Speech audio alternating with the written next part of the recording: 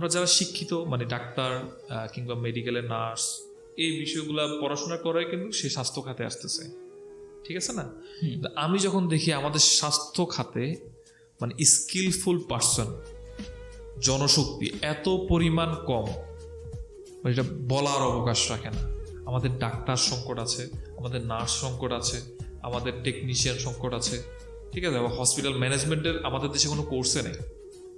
হ্যাঁ, lab assistant এগুলো আছে। আমাদের হসপিটাল ম্যানেজমেন্ট, একটা হসপিটাল কিভাবে ম্যানেজমেন্ট করা লাগবে ওই বিষয়ে কোনো ডিগ্রি নাই আমাদের দেশে। চিন্তা করে জানবে দেখো কিভাবে অ্যাকচুয়ালি।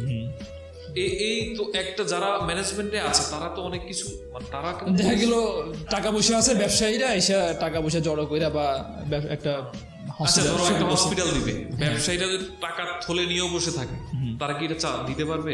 কারণ তাদের লোকে নেই। হসপিটাল বানাইছো, একটা বড় হসপিটাল ভবন দাঁড় করাই দিছো, মেশিনপত্র আছে অ্যাভেলেবেল, কিনে ফেলছো, এগুলো চালানোর মতো লোক কই? লোক নাই, ম্যানেজমেন্ট করার মতো লোক কই? মানে আপনি স্বাস্থ্য সেবায় কাজ করতে গিয়ে দেখলেন যে সেখানে হচ্ছে স্কিলফুল লোকের অভাব। এবং কি মানুষ শুধু স্কিলফুল লোকের অভাবই না, মানুষ একটা দিকে ধাবিত হয়ে গেছে।